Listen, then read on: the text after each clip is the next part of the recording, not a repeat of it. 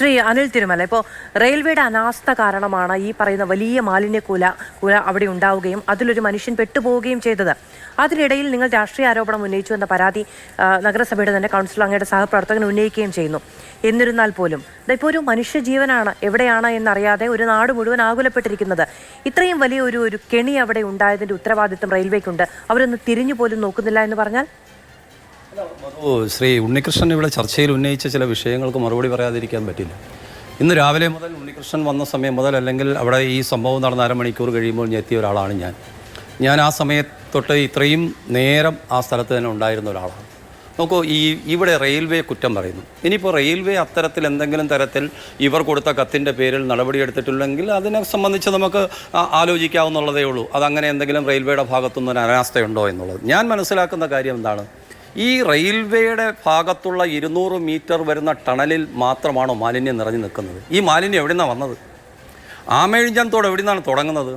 കാലങ്ങളായി BJP ആരോപിക്കുന്നൊരു വിഷയം, അല്ലെങ്കിൽ BJP കൗൺസിലിൽ ഉന്നയിക്കുന്ന വിഷയം. ഇപ്പോൾ ഉണ്ണികൃഷ്ണൻ പറഞ്ഞു സർക്കാർ വകുപ്പുകളുടെ ഏകോപനം നടന്നു. ഞാൻ ഉണ്ണികൃഷ്ണനോട് ചോദിക്കുകയാണ്, ഈ പ്രാവശ്യം ഈ വർഷം സർക്കാർ വകുപ്പുകളുടെ ഏകോപനം നടന്നോ? എവിടെയാണ് സർക്കാർ വകുപ്പുകളുടെ ഏകോപനം നടന്നത്? മേയർ വിളിച്ചിട്ടുള്ള യോഗത്തിൽ, ഉദ്യോഗസ്ഥന്മാരുടെ യോഗത്തിൽ പങ്കെടുത്തൊരു ജനപ്രതിനിധിയാണ് ഞാൻ. അവിടെ നടന്നതെന്താണ്?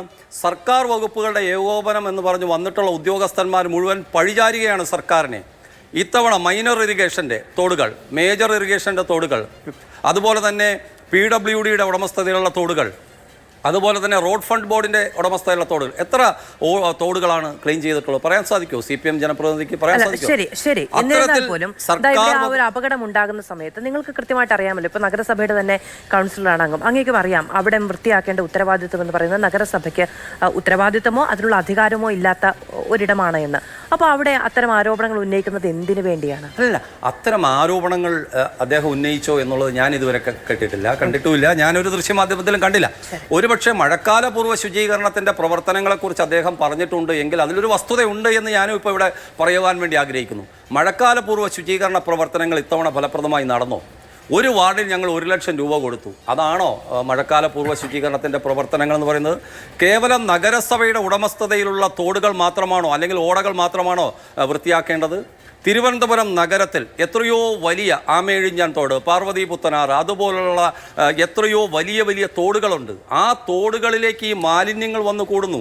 അപ്പോൾ അത് നഗരസഭയുടെ ഉത്തരവാദിത്തം എന്ന് മാത്രം ഞാൻ ഇവിടെ പറയുവാൻ വേണ്ടി ആഗ്രഹിക്കുന്നില്ല. സംസ്ഥാന സർക്കാരിൻ്റെയും കൂടി ഉത്തരവാദിത്തം ഇതിനകത്തുണ്ട് എന്ന് ഞാൻ പറയുകയാണ്. ഇവിടെ നഗരസഭയുടെ parliamentary party leader Shri MR Gopan അത്തരത്തിലൊരു കാര്യം പറഞ്ഞതിൽ വസ്തുതയുണ്ട് എന്നുകൂടി ഞാൻ പറയുവാൻ വേണ്ടി ആഗ്രഹിക്കുന്നു. മഴക്കാല പൂർവ്വ ശുചീകരണ പ്രവർത്തനങ്ങൾ ഇത്തവണ വൻ പരാജയമാണ് തലസ്ഥാന നഗരസഭയിൽ ഉണ്ടായിട്ടുള്ളത്. ഞാൻ ചോദിക്കട്ടെ, മഴക്കാലപൂർവ്വ ശുചീകരണവുമായി ബന്ധപ്പെട്ട് ഒരു രാഷ്ട്രീയ കക്ഷികളുടെ യോഗം വിളിച്ചോ? ഈ നഗരസഭ വിളിക്കാൻ തയ്യാറായിട്ടില്ല എന്ന് മാത്രവുമല്ല, മഴക്കാലപൂർവ്വ ശുചീകരണ പ്രവർത്തനങ്ങൾ എന്നാ തുടങ്ങിയത്?